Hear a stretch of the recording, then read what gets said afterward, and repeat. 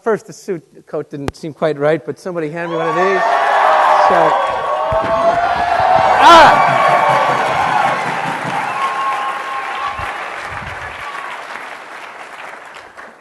David, are you out there? Thank you, David. Thank you, David. First, I just want to show you a quick clip because maybe Divita and you guys have more in common than I would have guessed. When I heard all the noise, I asked Chris to change some stuff around. So I just want to show about a 2-minute video, and also we're going to track down the letters. Okay? Thanks. Okay. Yo, Divita! Say it now, yo, Divita! A little louder, yo, Divita!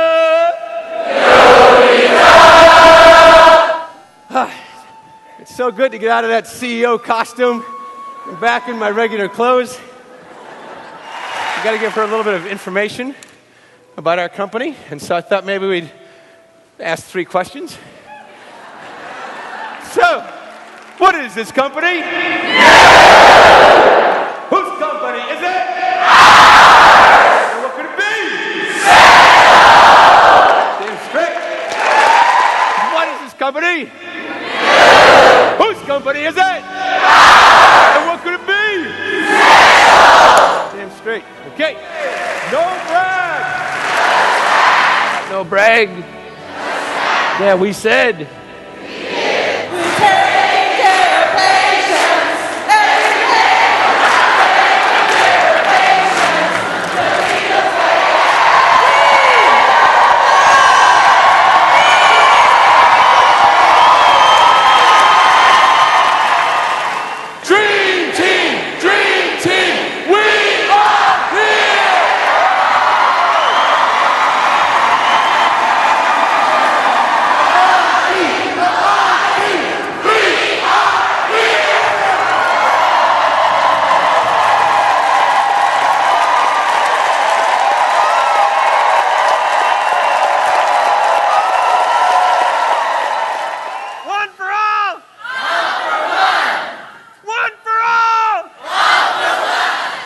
Straight, as your mayor would say. But if we must dialyze, let it be like this, one for all. One for all. Damn straight, go out and have fun.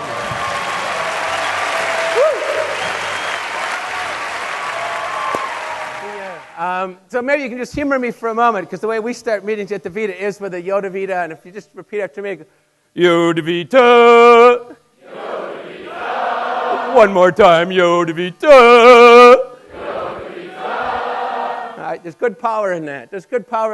And part of what I want to talk about this morning, but it looks like you guys are already maybe more advanced than me, or certainly more advanced than I was at your age, is about the power of team and how that manifests itself.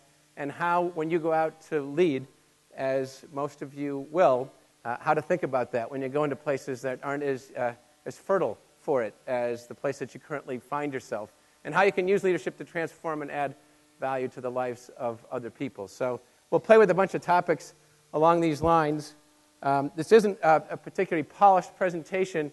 I'm going to cover a lot of stuff, and then we'll leave time for Q&A at the back end, if that's okay. Let's see what's first. First, just to give you a sense of what we are, we're 5.5 billion, got 32,000 teammates, and we do a lot of dialysis in about 1,400 small locations across America. And so every leadership challenge is a little bit different. For us, part of the issue is, 32,000 people in 1,400 different spots. That's only about 25 people in each spot. They work different shifts. They work different days of the week, because when your kidney fails, it means you can't urinate. So you're all going to urinate today, most likely. And that's your body's way of taking the toxins out that otherwise accumulate. Kidney fails, you can't urinate. So the toxins would accumulate in your body, you die. Instead, you come into us, we take your blood out, we take out the toxins, and we put your blood back in. That's what happens. And so our folks don't have emails, they don't have voicemails, most of them. They're hands-on caregivers. And so this whole leadership challenge, and trying to create a sense of team, when you can't get everybody in a room like this, gets pretty interesting, just like each of you are going to go into some environment, and it's going to have its own customized characteristics, which require customized leadership solutions in order to create a special place. So let me just go back one. The last slide, I don't know, Chris, if you can go backwards, is just to show you we're very good clinically. And we track it all. We're big advocates for public accountability on all clinical outcomes in America. Providers ought to be held to that standard. It's just so you can file away that we're excellent clinically. We used to be smaller, and now we're bigger. We used to have negative income, and now we have positive. And its stock used to be lower, and now it's higher. So that's the business summary. But we can come back to any of that if you want. But this is some of the stuff that I'll cover here today. These are 10 thoughts about leadership, some of which I'll just barely refer to at all, and others which I'll talk about quite a bit and see if we can provoke some questions. First thing about leadership, if you want to become a better leader, you do it. You study it. You practice it. If you talk to someone, they say, I want to be great at marketing. Well, then you go study marketing. You think about marketing. You go find great marketers and watch them and work with them. If you want to become a great basketball player, you play a lot of basketball. You watch basketball. You try to find a good coach. In any part of life, you say, if you want to get really good at something, you do it. You study it. You practice it. You go find people who are good at it, organizations that are good at it, and that's where you go. And you pay a lot of attention to it. And you think about practicing it and trying it. You do that in all their areas. And so many people say, I want to be leaders. And you ask them, well, what are you doing? What are you studying? What are you practicing? Where are you thinking of going? And the answers aren't nearly as straightforward. And they should be. And they should be. So the first lesson of leadership is do, study, practice, if you're serious about it, just like everything else. And you start it now and lead all the way through. What we always say is that leadership is not a function of position. You don't wait to be given a position of leadership. You hear people say that, wait till I have a position of leadership. No, leadership is a function not of position, but of behavior. Right? The lowest title in the room can be the leader in the room because of how they behave. So leadership is a function of behavior, not position. Now, a little bit of a detour here, but it's relevant to this whole thing because otherwise you won't grow as a leader, is for young folks, when you're picking your early jobs until you hit, age 35, 36, 37, really think about picking areas which are going to lead to the greatest personal and professional growth. Invest in yourself. You are wonderfully talented, wonderfully capable, wonderfully trained, and will be ever more so. You're going to have wonderful opportunities. The issue for you is not getting great opportunities. The issue is, are you going to hit the ball out of the park once yours happens? And too many people are focused on getting to a certain title or a certain income quickly because that's sexy, when in fact, that's not in their best interest in terms of long-term growth, doing the best over the next 20, 30, 40 years. If you were consulting to a company and they said, we're going to execute on the strategy because it'll lead to the highest revenue and profit growth in the next 3 years, and you said to them, but I didn't think that was really sort of consistent with the vision, and it seems like this is a longer-term thing, you'd think the CEO was kind of dumb. You'd literally criticize them for being short-sighted. And yet when so many young people make career decisions, they fall prey to that same sexiness, short-term metric stuff that some CEOs do, and they get criticized roundly in business schools appropriately for it. So think a lot about this, your own personal professional growth. The most important thing is for you to invest in you in the next 6, 7, 8 years, and so that next 20 or 30, you add tremendous value and derive tremendous value and fulfillment as well. Management is a business skill. So if you want to become a better manager, become a better business person, which includes things like going to business school. Leadership is a human skill. Therefore, to get better as a leader, you must become a better human. And please do think about that so much of leadership is how other people experience you as a human being. Yes, you have to be competent. Yes, it's even better if you're really naturally talented in a lot of things. That will make you an excellent business person. It will not make you an excellent leader. It makes it really powerful if you're both. But you often see it again in athletic teams where the most gifted person, right, the equivalent of being the best business person, the best athlete, is not the leader of the team. And it does in some cases actually get a little bit awkward. So leadership is a human skill. To get better at it, to become an effective, powerful, lasting, impactful leader requires becoming a better human. Now, for some of us, that's harder than others. For me, it's a hard, never-ending journey. To some of you, being a good human being might come naturally. I don't know. And in order to get there, you really need to internalize the following, that just as beauty is in the eye of the beholder, similarly, leadership is in the eyes of the led. It does not matter a bit what kind of leader you think you are. It does not matter.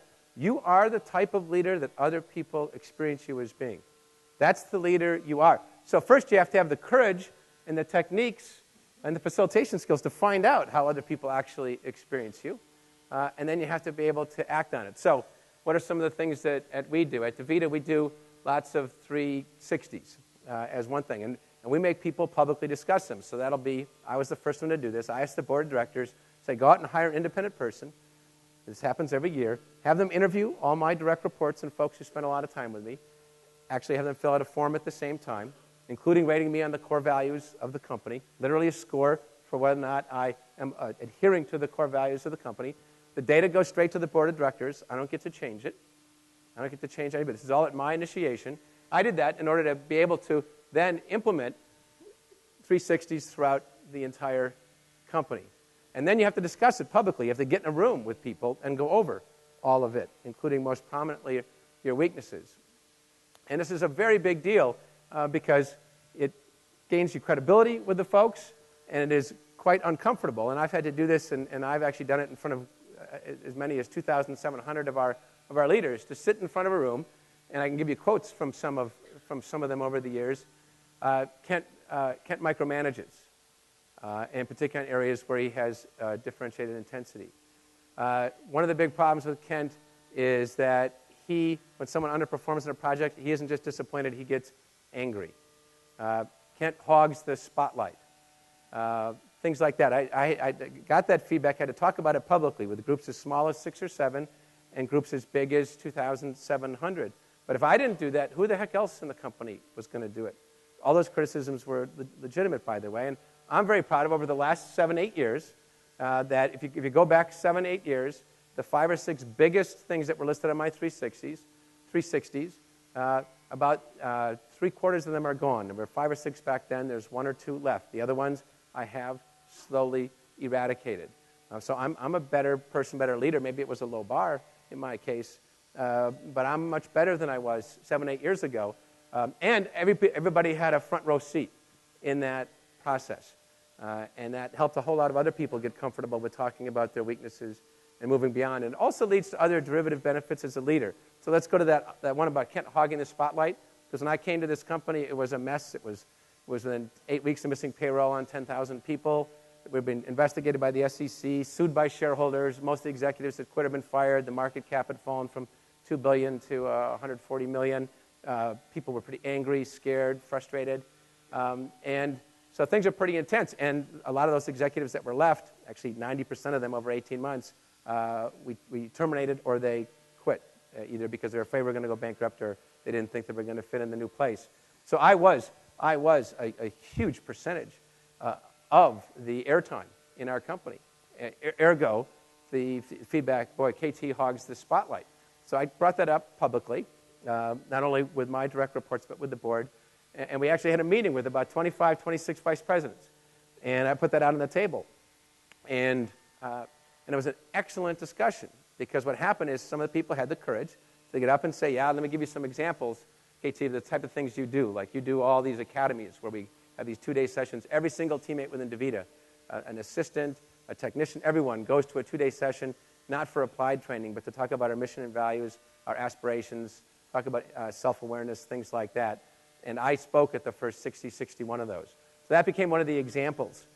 Boy, KT, you do all the academies. You show up in the second half of the second day. That's an example of how you hog a spotlight. You love it because you get a standing ovation and this stuff. It plays to your ego. And again, there's some legitimacy in that. And they got to say that. I had to prime the pump by reading some of the quotes, and then people got going. The beauty of that was I acknowledged that certainly my ego was involved. I accepted that, although there were an awful lot of times I also got to say where the last thing I wanted to do was get on another plane and fly to Memphis, Tennessee to do it. Even if you love the sport of basketball, that 63rd game of the season, you don't exactly smile when you're heading to getting on the plane to go to the game. But then other people stood up and said, you know what, I don't experience it that way. I actually think it's highest and best use for KT to do that because it has such an impact on the people. It actually allows me to lead better within my area. And I get to also go to that meeting and sort of feed off of that and grow from there. So the folks who were quite critical of me in that regard, sincerely critical, got to hear, it turns out an equal number of executives have exactly the opposite point of view, which is we absolutely want him to continue doing that. That's one of the most valuable things he does. And so suddenly what was a private issue, and the people who were negative on me thought, a bad reflection of my character, became a very public business issue with two sides to it, which had all sorts of value for our culture. But it all came from 360s and then the willingness to talk about it publicly. So often when you take a leadership course or read leadership books or articles, they list what leaders do. And I say, well, that's sort of missing the point. Most of leadership has to do with what people are, who they are. And that tends to manifest itself in certain activities, but the inherent essence of leadership doesn't come from the activity. It comes from who the people are. And I have my own list that, from my own observations about the way, the kind of people leaders are, which then does lead to certain types of activities. They're committed to something, and it really is a full-throated commitment. People sense it. They can say you have a lot of weaknesses, but they say, whoa, Fred is committed to this. They communicate.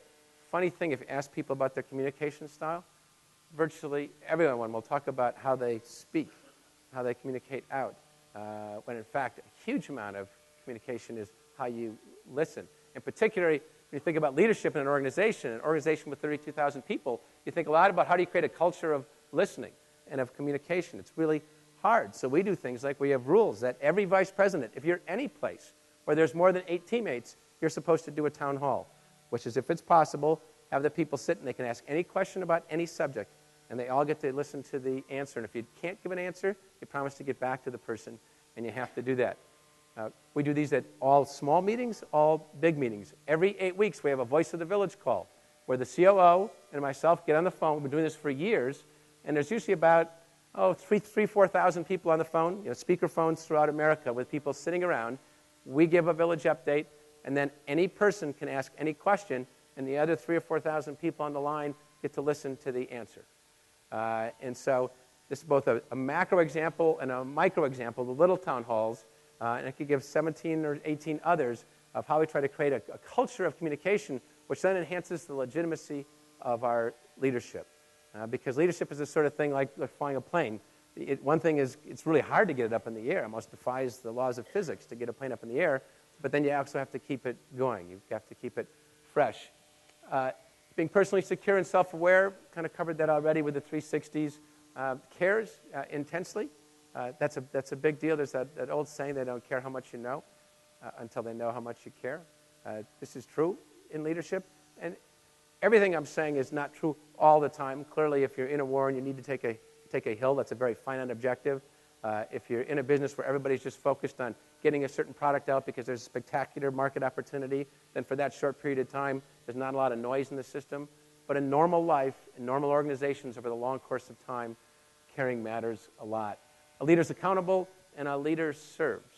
A leader serves the cause, serves the people. There's a fundamental difference of whether or not you see yourself as being in charge, perhaps, but serving versus being in charge and having other people work for you. It's a fundamentally different texture of leadership. Now, personal growth is hard for a bunch of us, including me. So, again, it's easy to yap about this stuff, but as you go through life, what do you do to actually make it happen? It's like saying it'd be nice to have productive factories. Yeah, I get that. But it also can be really hard in the real world. So what do you do to make a productive factory? Well, we ought to bring the same sort of analytical rigor and intellectual creativity to how do you grow as a person. So I do things like there have been times in my 360s, the only way I was going to break some of those habits. I mean, I'm 52 now, so 8 years ago I was already 44. If I had that bad habit still, this was not a thing like I was going to have a sudden epiphany and be different the next day. It's pretty inbred behavior. It's a blind spot. It's a weakness. So I would do things like give myself a daily score. So I had a habit of sometimes giving negative feedback on voicemail. So I'd hear something, wouldn't like it, and instead of waiting until I saw the person live, it was more efficient to just respond on voicemail or email and say, holy hell, what were you thinking? And so in order to break that habit, because it was ruthless efficiency, both words apt, I started every single day. I gave myself a bad voicemail email score. I sort of the equivalent of an alcoholic. If you want to stop drinking, you got to think about it every day. You got to think about it it's a victory every single day. So for me, bad voicemail email, that was a victory every single day. And I've done that with one or two of the other items, where literally I give myself a score every single day, and then in some cases I've reported it out. as a way of creating that awareness that was in the way of me behaving the way I would aspire to behave, but so often I wasn't doing it. Other techniques may work for you, but this thing about overcoming weaknesses is a big deal, and if it were easy, none of us would have weaknesses. Pursue your passion. The next thought, sort of an obvious thing to say, but it's a hard thing to follow sometimes. The most powerful example of this for me was this job. I had announced my resignation from the prior job that I had, that we had been fortunate. My wife was a venture capital partner, and a previous company had done well. So we were set. I was done with the for-profit world. Announced my resignation. Was going to take 6 to 9 months off. And so when search firms called, because I was rightly or wrongly regarded as a competent CEO, they called and said, "You want to interview?" Because we heard you're resigning. I said, "No, I'm done for at least for a while." And then this company called, this dialysis company. And I had been the CEO of a dialysis company earlier in my career. It was the most professionally fulfilling time of my life. I never intended to work in dialysis. I never intended staying in it. It found me. Fate brought me to it, not my strategy. And I fell in love with it. And so I got on the phone, and I was supposed to say the same thing to that search firm, that no, I'm not interviewing. And I have no idea what I said, but I didn't say that. And my body, my soul was speaking to me. I didn't know it. I mean, I literally don't remember what happened on the phone call. I do remember going home that night and telling my spouse, Denise, about the call. And she said, "Well, we expected it because it's a dialysis company. You ran a dialysis company successfully, and they're in trouble." And then she saw that I wasn't responding the way she thought I should. And she said, "You didn't." And I said, "Didn't what?" And she said, "You didn't tell them that you would interview for the job." And I said, "I didn't, but I want to." And now this is a big deal in a marriage. She said, "You're violating the decision you made about taking time off with the family. You're a testosterone-driven, egocentric son of a gun," euphemistically. I mean, she was ticked. And I said, "Okay, there's truth in what you're saying. But this is really speaking to me. I mean, I think this might be where I can add the most value to the world, and not talking about shareholder value, talking about value to human beings. And gosh, if I'm thinking about doing not-for-profit stuff, that's just a label. I think this might be an area where I can make a difference to a lot of people. That's what I'm saying I'd like to do. And so we went through just a hellacious few weeks for our marriage, trying to sort out how much of it was ego, sort of capitalistic, macho, testosterone-driven ego, and how much of it was, in fact, something that my spirit wanted to do, that it might be something very, very good for me, and good for me because it'd be good for others. And so the burden of that month, where I said no to the job twice, and then was sad, and my wife finally kicked me out of the house and said, "Stop pouting and go do it."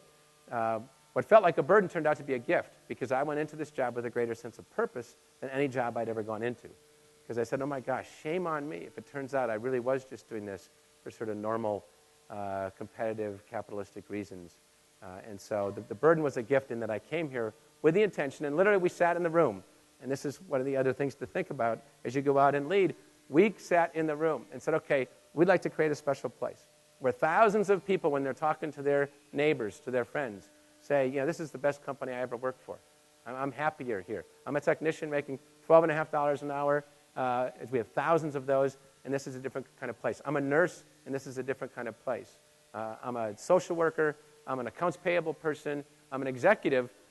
We want to create a place where people turn to their neighbors and, holding economics constant, say, "This is the best place I've ever worked. This is a special kind of environment. This is a good human environment." So then what are we going to do to make that come true? Because it's not just enough to sit back and say, since we have that intent and we're good people, it will happen naturally. So we developed a work plan and a language and a set of ideas that was as rigorous and as full-blown as what you would prepare if you were going to launch a product or execute on a strategy. We had slides. We had PowerPoint. We had failures. We had review meetings. That's the way we treated it. And I submit to you, unless you treat your own leadership ventures the same way, the same thing will happen. There's a tendency for a lot of special things in life to get squeezed out by budgets and you got teenage kids, or it's a two-career couple, and you got a boss is a jerk. I mean, there's lots of reality that tends to squeeze out idealism unless you put a stake in the ground and treat it with the same kind of intellectual and process rigor that you treat all the business issues with. So I pursued my passion. It turned out to be beautiful. Both me and my family have benefited immensely, sort of spiritually, emotionally, because of this whole experience. And it only happened because when my spirit talked over my brain, good things happened. Good things happened for us. Which then gets to another aspect of leadership, which is speak your dream. If you want to create something special, you have to talk about it out loud, it tends to be sometimes really embarrassing because half the audience will think you're crazy. Half of the people that are working for you think, that's one of those UCLA MBAs, and this is a shrewd, motivational, manipulative technique to get me to work harder and stay longer and help fuel their career advances. And there could be an element of truth in some of that, like there is in so much of life. There is the yin and the yang. So speaking your dream is a big deal, and doing it to the people that you work with and work for forces you to articulate exactly what it is. But really funny things happen when you say stuff out loud. It's kind of like you can say, gee, it's assumed that you love your wife and kids, so you don't have to say it. I think that's a really dumb strategy. I think it's really good to say it. Because when you say it, it tends to remind you of the set of behaviors and decision rules and guidelines that go along with the fact that you love them. There's a great Buddhist quote. It is easy to be mindful. It is hard to remember to be mindful. This is much of what leadership is about. So speak your dream, and funny things happen. When people say something out loud, you and others, if you provoke them to, most human beings want to live up to what they say. But if they didn't say it, they're not going to have that same standard of behavior. Do we have not here? Okay. Our mission is to be the provider, partner, employer of choice. Thousands and thousands of people in our company know the mission statement by heart. I love it. I get emails from people, a technician in Tulsa, who will say, KT, the mission is, excuse my language, horse shit. But this is what I'll get. So I'm just quoting because this happened in my clinic. Now, the bad thing about that is it's a very unhappy technician. The good thing about it is that they believe it is the standard for behavior, and they will call us on it if they don't think we're hitting it. So thousands of people know this. We went through a 6-month process involving 900 people to pick our core values. Literally had debates, getting into groups of 6 or 8 and voting, starting with a list of sort of 100 all motherhood and apple pie adjectives of values that you could, and saying, in the real world, in a dialysis company, in America, in this 20-year period, what values would we most like to try to live in a differentiated way? And these are the values that were picked over that time. Actually, in the first election, fun was not on the list. Too many people had issues with it. It won by a slight majority. 18 months later, a lot of the people that voted against came back and said, KT, we now get the full fun thing. Fun is important. Fun is actually powerful for the patients. Fun works now. It's not trivial. It's not frivolous. It's an important part of life. We had another election. 18 months after the first one, it won 95% of the votes to be added to our core values. So that was the only change. We're also, I think, the only Fortune 500 company where the people named the company. Right? Once we started doing all this stuff, people started coming up and saying, it's such a different place. It really is different, not perfect, but different, and trying to be more different. We don't want the old name. We associate the old name with other stuff. We said, okay, not our call, not an executive call, but we'll have an election, and we'll put the current name on. And we went through an election again, this time with about 1,200 people, with nominations and a process going down to 3 finalists. And the people of Divita chose the name. I think we're the only Fortune 500 company where the people chose the name, the people chose the logo, and the people voted on the core values. And that's powerful stuff because it forces every single person to say, is this a joke? Or maybe I'm going to take this, maybe we're serious about this. Maybe I'll actually cross this sort of conceptual bridge and start to try to help create a special place as opposed to playing wait and see if the leadership is sincere and authentic and trying to do it. Because if you don't get enough people working with you to do it, who take that leap of faith, then you can never make it happen. You can't make it happen. So we literally have a phrase at Divita. We have bridges at Divita, and they're out at meetings. And what we say is, each of you has to decide, it doesn't matter what I say. It doesn't matter what my rhetoric is. It doesn't matter about what corporate decisions we make. At some point, you have to decide in your own brain and in your own heart, are you going to go to work tomorrow with the intent of trying to create a special place in addition to doing your job or not? And if enough of you decide to do that, we got a chance. We got a chance. And if you have, we suggest you walk across the bridge, which is your own. You can do it when nobody else is watching. You can do it early in the morning or late at night. But that's you've made a commitment to yourself that you're on the team that's trying to make that happen. And if you don't cross the bridge, you're not. And you just have to face out that decision in your own brain and never have to tell anyone else. So we created a huge sense of personal accountability of, are you skeptical or cynical enough that you're making the conscious decision, which you don't have to tell anyone because you might feel ostracized, that you're not on board, or are you going to cross the bridge? A very powerful sense of personal accountability. And then our idea, our circle of vision, is that we're a community first and a company second. We call it the village. We call it the village because language is important, particularly in a decentralized organization. And you can talk to, if you just talk about mission and values to a person who only went to 2 years of high school and is working very, very hard to make ends meet, it lands. But it has a half-life that is shorter than we found if you talk about a village.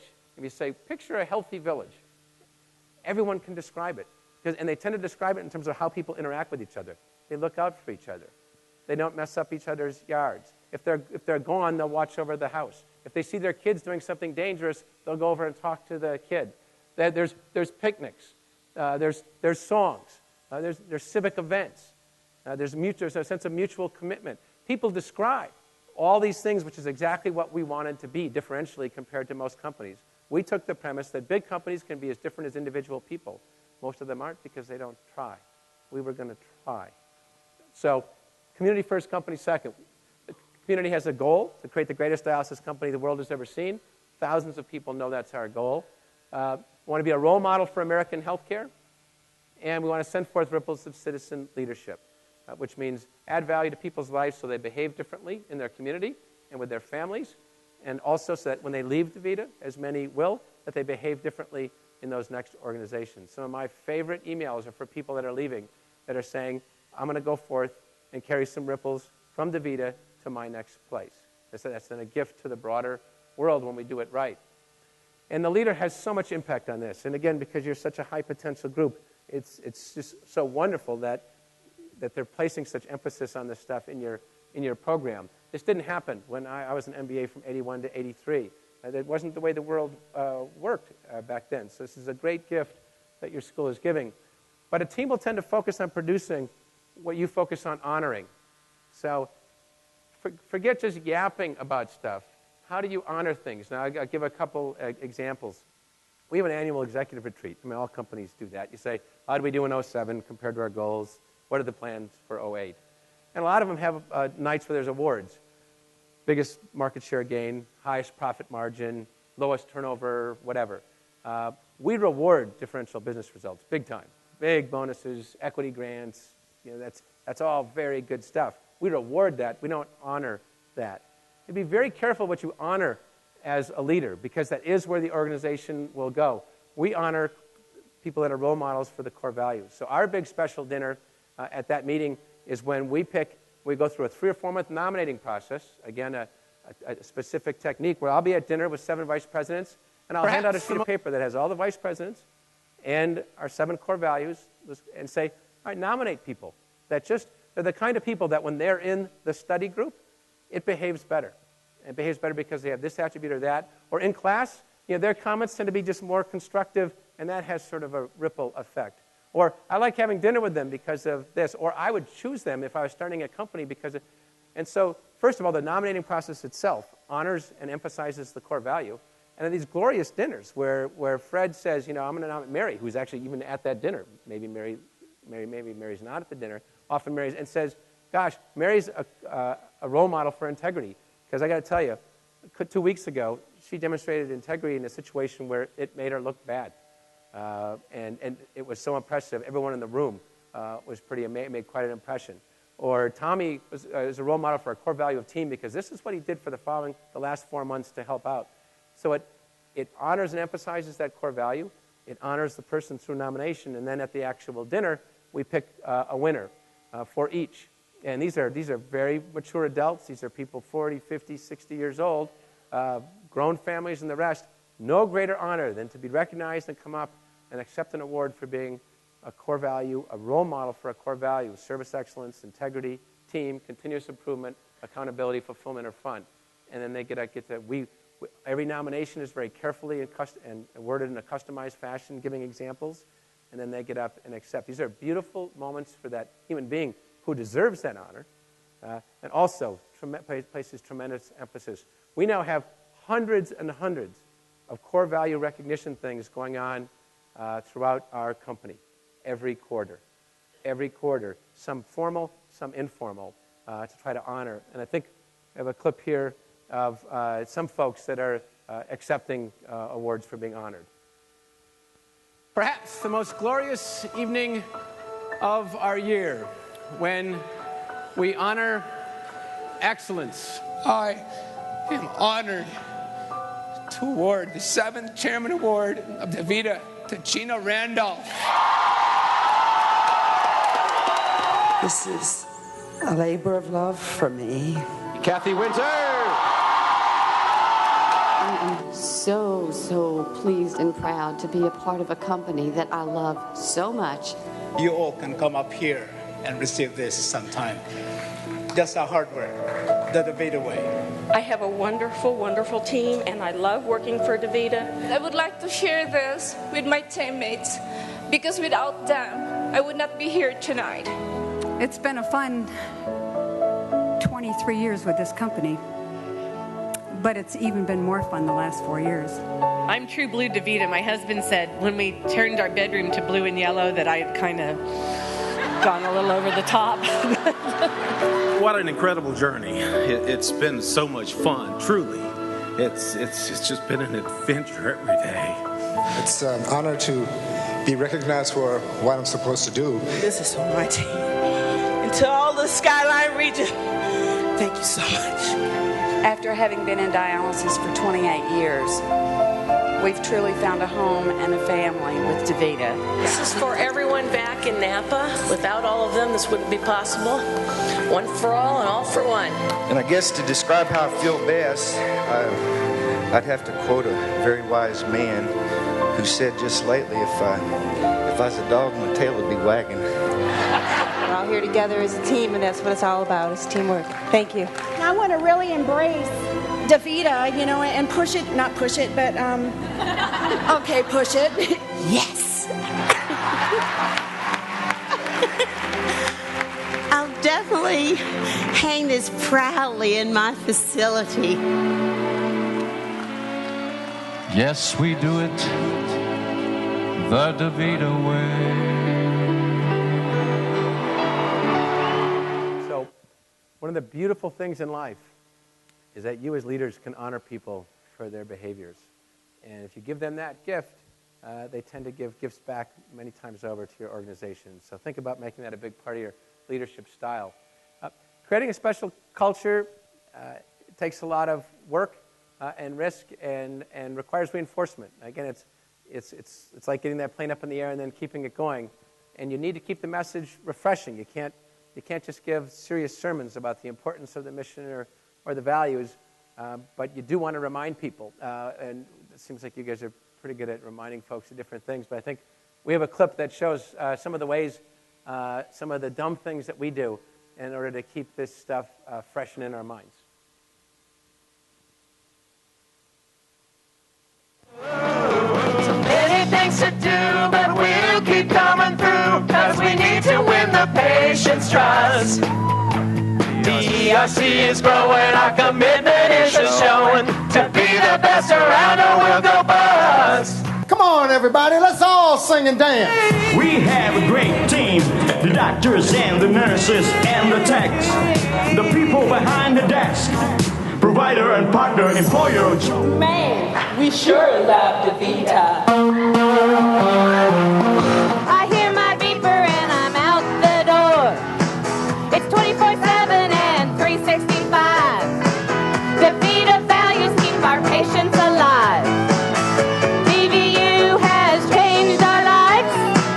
We'll teach our teams the dialysis drive. Honor and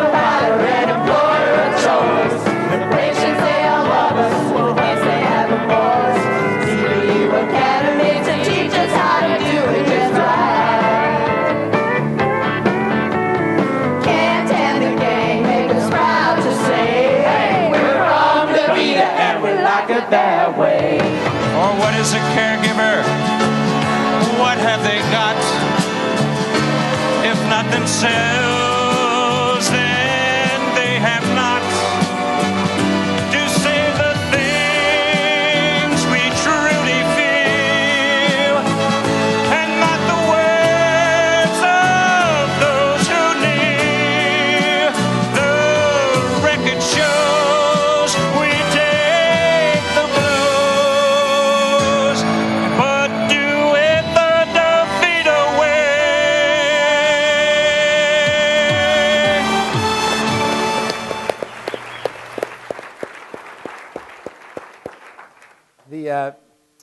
That's our chief wisdom officer. That was our chief wisdom officer behind the podium there. What did I do with? There it is.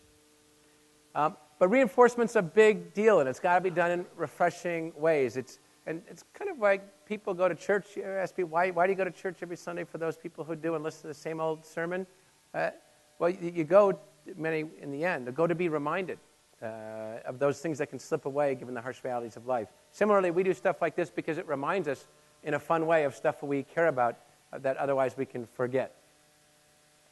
As I talked about before, if you want to have a special culture, give it some serious thought.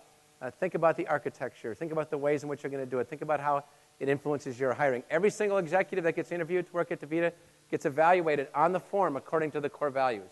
Are they the kind of people that we think resonate around those things, will care about them in a human and pragmatic but intense way? It's a part of every professional development review I do every year. The first comes the first paragraph, most important message. The second section of every professional development review that I do goes over each of the core values, and I talk about it with that person.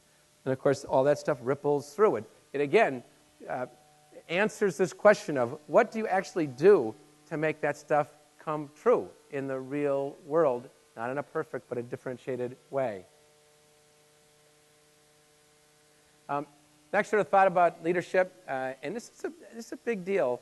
Probably sounds self-evident, but it gets pretty hard when you're out there and all the unfair stuff is happening to you. No whining. We went through a particularly tough patch about a year and a half ago where an important member of Congress was saying really negative things about us, about me personally and us. And they were untrue. But because of the way this stuff works, some major periodicals picked it up, and so we had to treat, as a company and as a human being, of our friends and families seeing us being accused of really bad stuff that was not true by people who did not want to hear the truth. When we took them in the information, they did not want to see it, because for them it was just a tactic in a broader effort. These are the times. I think it's kind of like getting, for those of you who are familiar with the Super Bowl, that big football game, it's the most expensive commercial space in the world. People pay, whatever, $4 million for 30 seconds of commercial time. Getting that for free, therefore, would be a big deal. When stuff like that is happening, really bad stuff, really public bad stuff, that's like a free Super Bowl commercial when you're a leader, because everybody's watching you then. And it's easy to hop around and talk about values when profits are going up, the stock's going up, turnover's down, and then you talk about being a great leader. It's still an issue, but it's nothing to crow about.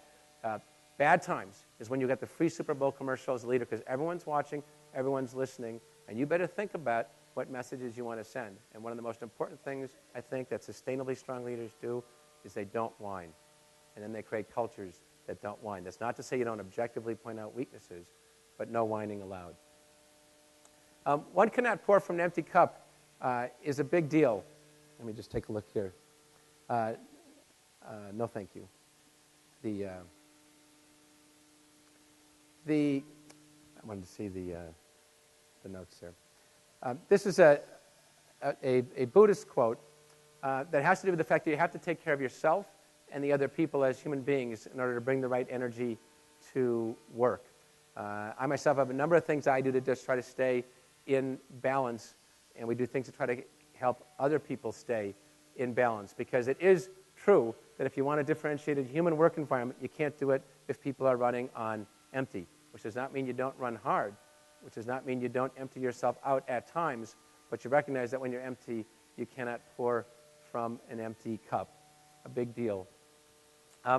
In the end, when we think about leadership at Divita, we don't talk about business leaders, we talk about life leaders, and business is a subset of that. Are you a leader in life by virtue of your behavior and the impact you have on other people? A subset of which creates a kind of environment which often leads to far more effective business performance, but that's derivative. This company, it's the other way around. It took me a couple years to realize it, that having reasonable profitability and a satisfactory stock price performance is the means, and the end is the village. The end is creating a differential place to work for the 32,000 folks. And while the activities that one performs in either category, when it's the means versus when it's the end, there's a very high overlap. I submit to you that the texture and character of the activities is radically different. And begin with the end in mind. If you want to be a strong leader, then you begin now. And once you're out there working in whatever company you choose, if you fall prey for a moment to the notion of, I'm going to start doing this other more idealistic stuff, I'm going to start doing this cultural stuff, but not till next month, or not till I'm a manager, or not till I prove I can get this product out, or not, as soon as you come up with one, I'm not going to do it until, because it'll be easier then, because I'll be in a position where I can be, you're dead. You're dead. This is one of those things that you decide today you want to do it, and you start tomorrow. And perhaps in the school environment, those words don't quite apply, but once you start work, it's begin with the end in mind, because if you don't, A, think about it that way, that you must start now. It'll always be squeezed out by reality.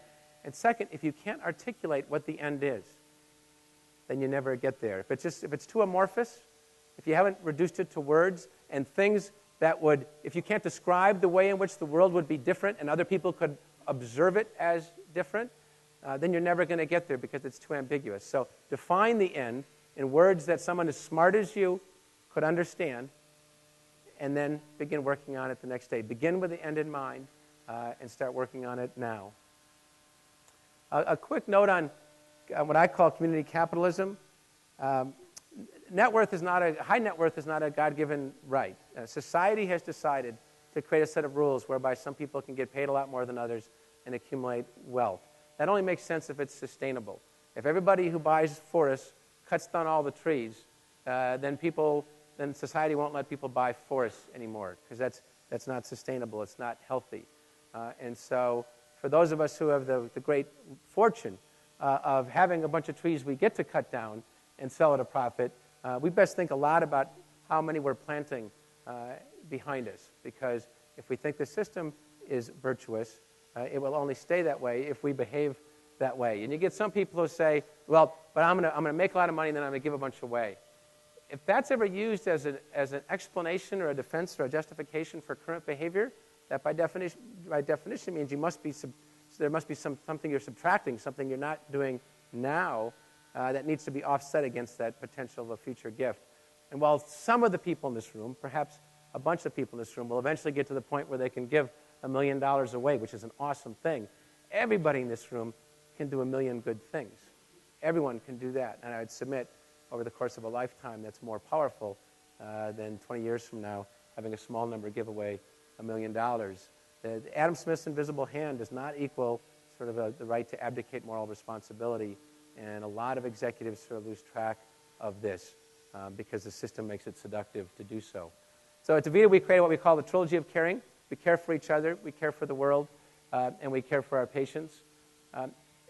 This gets back to this whole journey thing. In 1999, this puppy was a broken dialysis company. There was nothing ethically wrong with it. The clinical outcomes were average.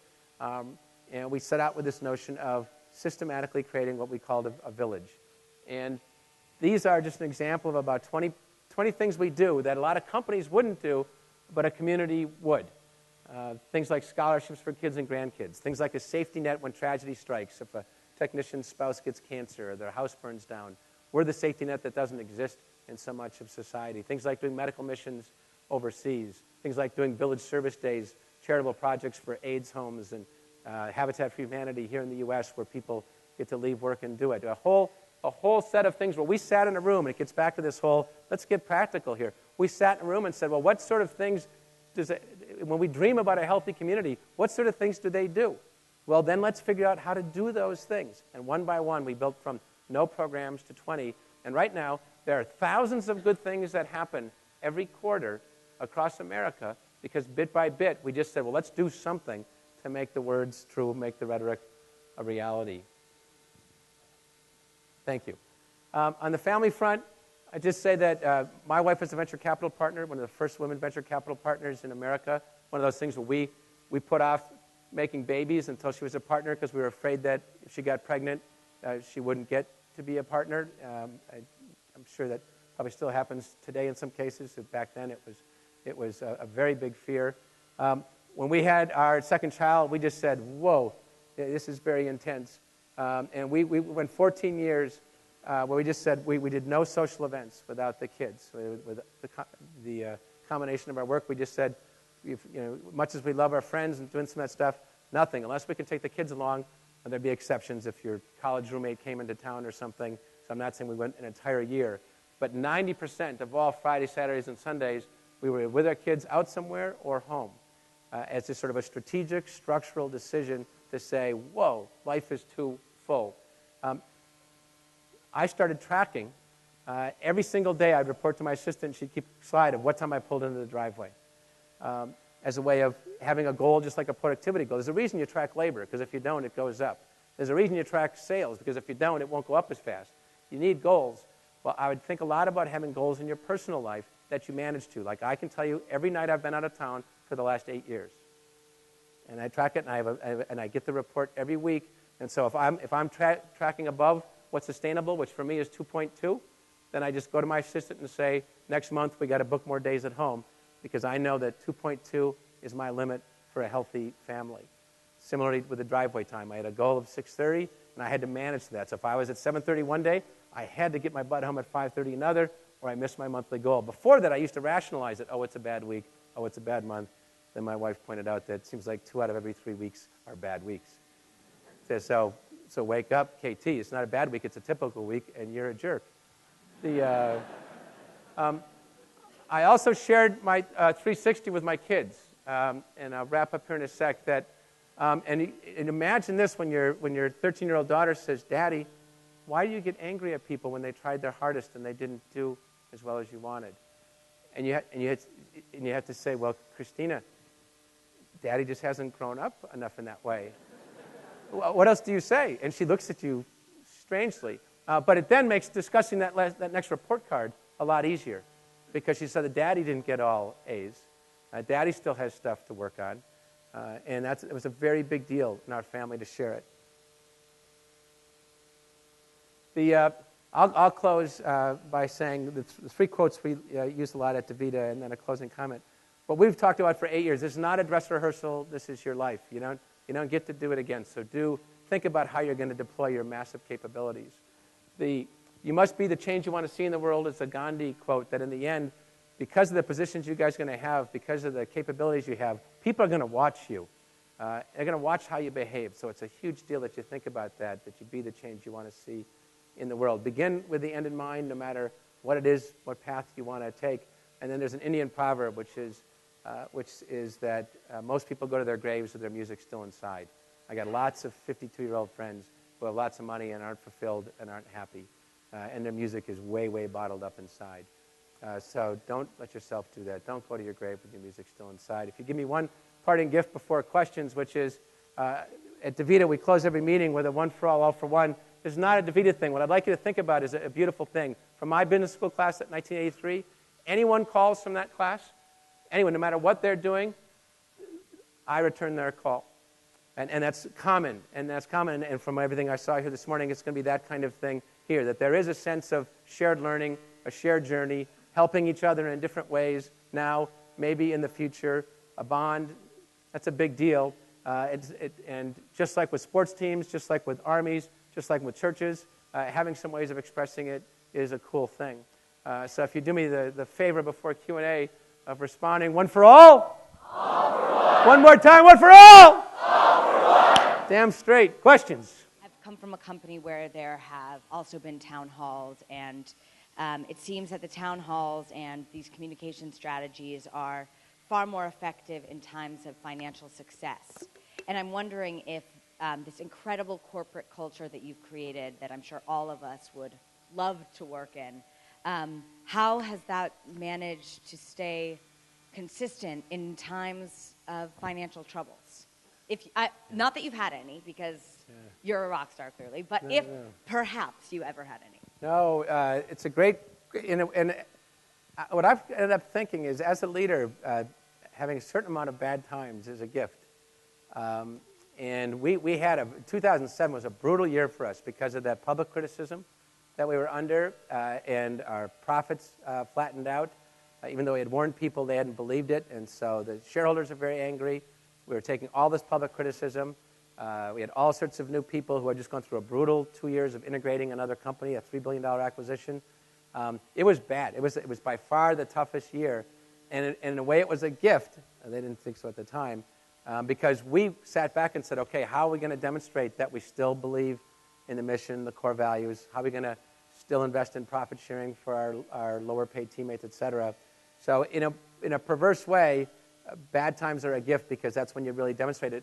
But we had to have meetings to talk about it and say, are we slipping?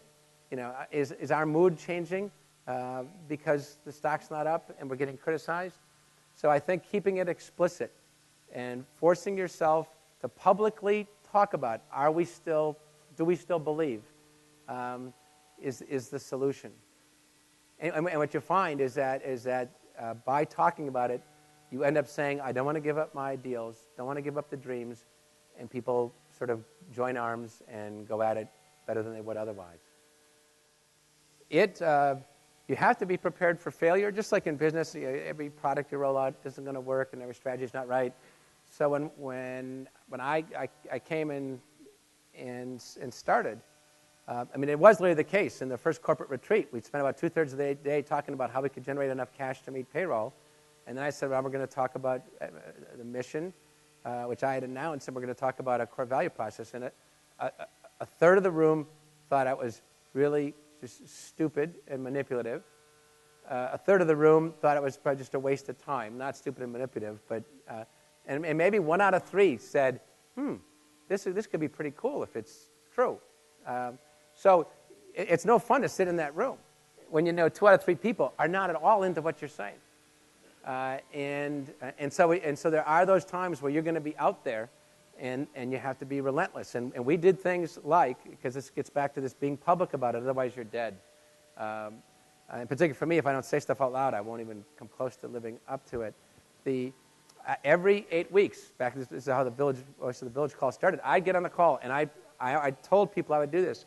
I'd say every 8 weeks when we get on this call, back then it was maybe 500 people, I'd say, what is the incremental evidence that we are serious about our mission, and once we had the values, our values? What is the incremental evidence that we're serious about it? Well, it's what happens is I take 2 weeks before the call, it's 10 o'clock at night, you're dealing with some bank syndication or whatever, angry customer, and you go, oh, shoot. That's not really what you say, but, oh, shoot. I got to come up with some incremental evidence, that we're serious about this stuff. And so you get together with people and say, what are we going to do to be a different kind of place? And a lot of those programs were born out of sheer desperation, saying, despite everything else going on with this turnaround, we got to do stuff. And so putting a public stake in the ground and forcing yourself to monitor against it in ways where a third party would say that's substantive, that was key. That was key. So willingness to fail and sort of relentless attention to observable change. And we also had to let some people go who were not into it. You just have to weed out the people for whom it's not the right place. Technology. Yeah. So the question is, how do we bring innovation into the company? We're very average at this within our core business. We've done a poor job of this. We're trying to change it. And so the way we've achieved most of our innovation, because we're actually the innovation leader in our space, is literally we've had to populate it with primarily young MBAs to do our new businesses. So we've grown a pharmacy business from 0 to 100 million in 4 years. We've grown this other integrated care management from 0 to 70 million in 4 years. We've grown a vascular access center business that's 20 times bigger than our competitor from 0 to 200 million in revenue in about 6 years. So we've done some big stuff, but we've literally had to do it by recruiting new people, focusing them on primarily younger people, and letting them run like the wind. And so far, I've failed miserably at creating a culture of innovation in the mothership. So some of you have to come and teach me this. Hi, my name is Samira. I wanted to thank you for being here and being so candid about your personal and professional life.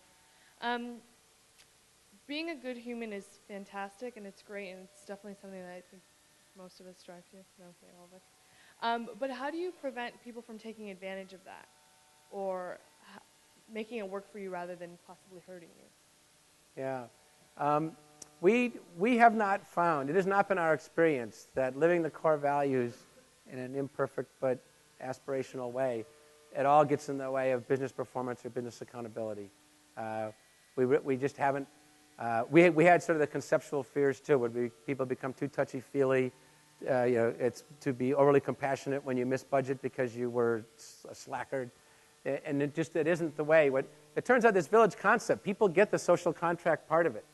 That everybody wants you want the village to sustain itself. You want it to be able to have good schools. You want it to be able to fix the roads. You want to be able to hire good teachers for the schools. They get the trade-off. They get the contract. What you find is so many of them want a company that believes in their side of the bargain. And so we have not ever, although we feared that, we've never experienced that trying to live the core values and create a human supportive environment gets in the way of business accountability a bit. Hi, I'm Nisarg. I'm from India. The question that I have, you talked about probably acquiring a company about a couple of years back. How do you integrate two different cultures of two different companies or people from different cultures and continue to have the same core values throughout? Because when you are small, it is probably easier to probably reach out to people and talk about it. When you keep growing, how do you do that? Yeah, great. I think I got it. If I don't hit it right, tell me. Because it is, if you start a small company, you can build a certain culture into the DNA, and it grows naturally. Transforming something that already exists is a lot tougher because you've got to put the DNA in there, and it's also sort of relevant for picking jobs. Don't pick a company because there's like 3 people who have your values, but the rest of the company doesn't, because organizational DNA is tough to change. So unless you're a good fit, or the leadership is intensely, passionately, relentlessly focused on changing it in the direction you want, don't assume that you will be able to do it, because DNA is tough unless it can start at the top and be relentlessly followed up on. Now, here was the beauty of this. So we bought this. We had 15,000 people at the time. They had 11. We bought them. $3 billion deal. They're all over America, too. And so we were scared. We were very scared. And here was the unexpected benefit. Our people did 80% of the cultural integration. What happened, and literally the frontline people swept along the executives of the company we acquired.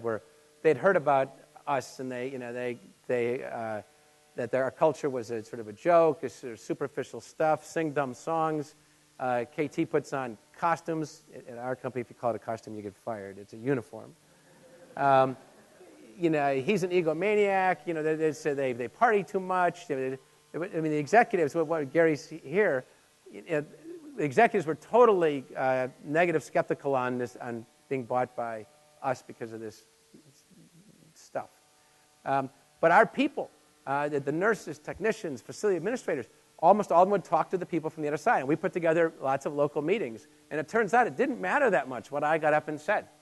Because on breaks, what would happen is the one facility administrator would say to the other one, is this all bullshit, or is this something? How do you like this place? And so what happened is that a huge percentage of the folks, the 11,000 from the other company, started to think that it was legitimate because they were told by their peers, by people that they trusted and respected and talked to in a very straightforward way. And that just created amazing momentum, which then got the executives to pay attention and made the whole thing really dramatically accelerated the whole cultural integration, which went much better than we ever had expected, and that was the reason. And actually, if I go all the way back to the starting of the whole Divita thing, that what brought about a third of the executives over in the end was, again, not them deciding, but their people underneath them deciding. It turns out a much higher percentage of people who make between $25,000 and $70,000 a year are very interested in things like the core values and a fulfilling and fun workplace than a lot of people who are making $150 wanting to get to $400. And that's holding age constant. And this is now I've done this 3 times. This is my very strong observation. But when the person making 300 goes into a room and it has 112 folks who make 40, who are excited and want a different kind of place and are willing to work extra to do it and bring their spirit to it and want to go home and tell their families about it, the executive goes, oh my gosh, it actually can happen. But it's the people who convince them, not me and not themselves, probably a full third of the time. Did I answer the question? Yeah, it's a good question. Hi, Kent. My name is Solana Kai. You mentioned that when you were approached with the position at Divita that you immediately felt something that you really wanted to do it. And so as an outsider, I see that your life was really great. You had a wonderful family. You'd had a successful career. You're about to start a 9-month vacation. So what I want to know is, wasn't there any part of you that saw it as a big challenge and was afraid of failure? And what advice can you give to us about knowing when to take those big challenges and not being afraid to fail? Yeah, let me take so wasn't there also an element of fear in the challenge? I didn't notice you mentioning it at all. Oh, Divita was having so many problems. I thought maybe this would be really difficult. Immediately felt like I skipped that part then. The way the final negotiation went, it was in one of those expensive hotels in San Francisco. The bunch of the board was in one room, in one suite. I was in another suite, stupid waste of money. The search firm was going back and forth on terms. And we finally reached the final one. I had one final condition that the predecessor CEO had to be eliminated from the board, which almost blew the whole thing up. And then they came in and said, we've agreed, and we'd like you to join us for dinner. I sat, and I remember it was light rain. Looking out the window, I felt totally empty. I said, what have you done? This thing is going to be a freaking nightmare. And then I had to go down at dinner, and some of the people at dinner are not people I respected, and they were just sort of toasting sort of the prospects of a higher stock price and getting out of the lawsuit and the investigation. And I flew down to headquarters the next day and announced myself to the team. Still empty. And the next day, still empty. This time I'm getting pretty nervous. And the third day I canceled half a morning. I said, take me to a dialysis center. Went to a dialysis center, remembered why I was coming, and that was it. From that point on, it was still very hard, but the sense of purpose got me through. It was very touch and go, sort of psychologically, for a while there. And sometimes you just feel like an idiot. You try to lead a cheer with 1,000 people in the room. Imagine if you guys were. It was amazing, glorious human spirit. But imagine if you were up here and you tried to lead it and it bombed and none of you did anything. Well, I had that happen, and that's a really bad feeling. But at that point, you say, okay, it was. What kind of leader am I? Am I the leader the first time I flop, I stop? That's not what not my self-image, so I have no choice. But, it was daunting. Which, of course, in the end makes it and people have all the more sense of pride. Yes, sir? It seems like Divita has an advantage in that it can pursue a double bottom line. It can be profitable while making a positive social impact. There may be other companies where that's not maybe as likely of a philosophy to incorporate or implement.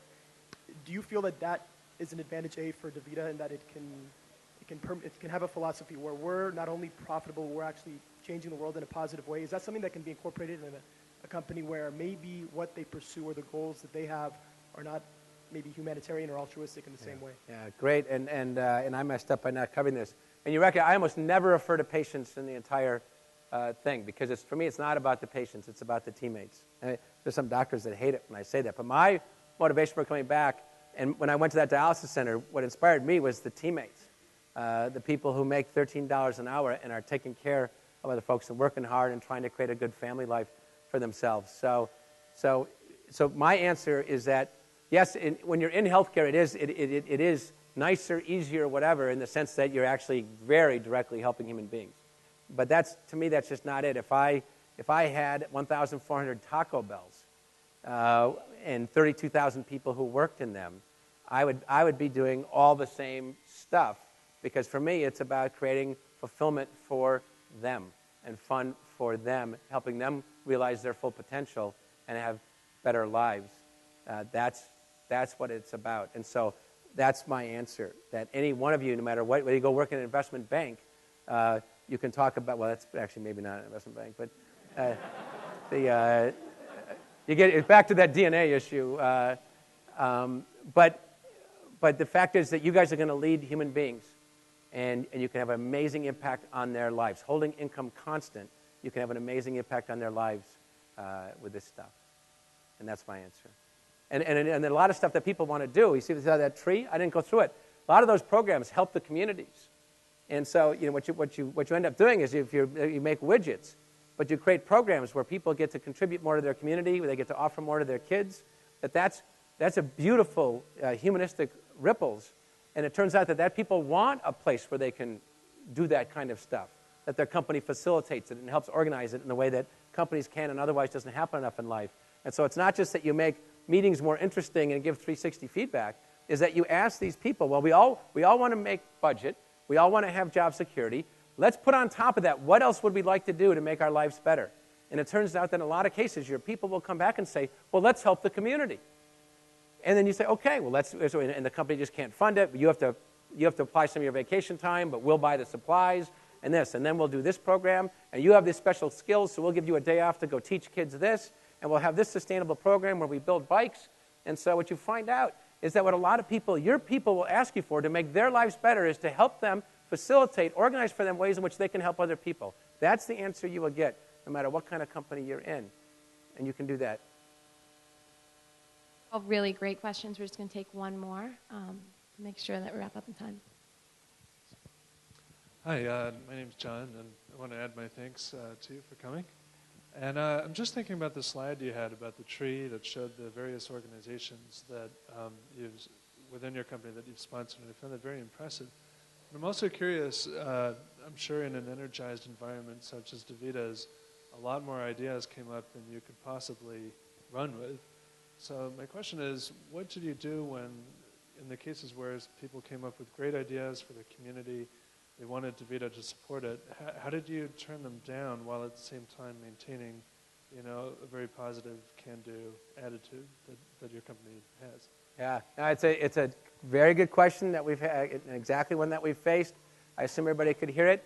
And what we find is just total honesty, really, where people get it. Once they sense that you're authentically interested in a mutually intense and emotionally deep social contract, that 80% of the people in the world get it, and the other 20% you want to weed out or ignore.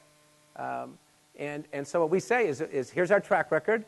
We've added a few programs every single year. A lot of those ideas came from the field in town halls and things like that, and we tell them that. It makes the town halls come alive when they hear what a vibrant part of our history they have been. That we just won an award we're the first Fortune 500 company to win a Democracy in the Workplace award. And I think we really have that sort of the vibrancy, and then it allows us to say no, which we do every year to some of the ideas. Say, okay, that sort of the cost to benefit ratio is too low. The administrative complexity is too high. It's whatever the answer is, people buy off once you've got the track record of saying yes to other things. That people can handle the truth if they feel that you care about them. This is great for a little dialysis company. It's such an honor to come to a school like this and speak. I got to tell you that when I get to talk to our teammates, when I sit in the room as I do once a year with our 2,700 top leaders, and say that actually people at a school like this, people like you, and these are people from all over America that have many of them have never been to Los Angeles, will never get to do the stuff you do, when they are so proud. When I get to tell them that a school like this wants to look at some of the stuff we do because maybe they'll want to copy it later in their careers, our people are proud. Our nurses are proud. Our people are proud. So it's a great gift you give us, as well as the ideas that I know that'll come back to us. But it's a great gift you give to us in that sense. And I'm going to do it one more time. One for all. All for one. Damn straight now. Do good because it's contagious. Thank you. Thank you. Thank you.